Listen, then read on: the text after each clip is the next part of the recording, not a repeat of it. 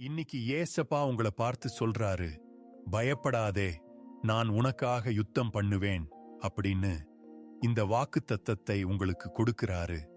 கர்த்தர் உங்களுக்காக யுத்தம் பண்ணுவார். நீங்கள் அமைதியாயிருப்பீர்கள். யாத்ராகமம் அதிகாரம் 14 வசனம் 14.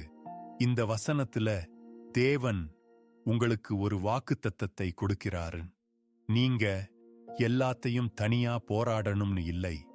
உங்களை எதிர்க்கிற மனிதர்களையும் உங்களை பயமுறுத்துற சூழ்நிலைகளையும் உங்களால் மாற்ற முடியாத பிரச்சனைகளையும் தேவன் தாமே பார்த்துக் கொள்வார்.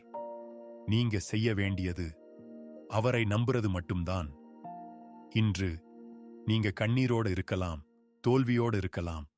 ஆனா உங்க பக்கம் தேவன் நிற்கிறார். அவர் போராடும் பொழுது உங்களுக்கு ஜெயம் நிச்சயம். ஜெபம்.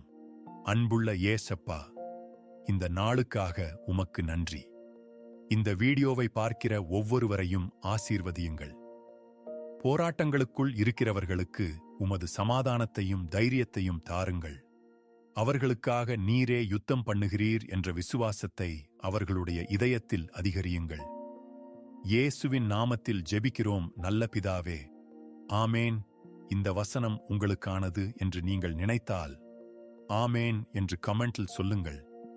இந்த வசனத்தை யாராவது கேட்க வேண்டும் என்று உங்கள் மனதில் தோன்றினால் அவர்களுக்கும் பகிருங்கள். ஒரு ஷேர் கூட ஒருவருடைய வாழ்க்கையை மாற்ற தேவன் பயன்படுத்தலாம். கர்த்தர் தாமே உங்களை ஆசீர்வதிப்பாராக. ஆமேன்.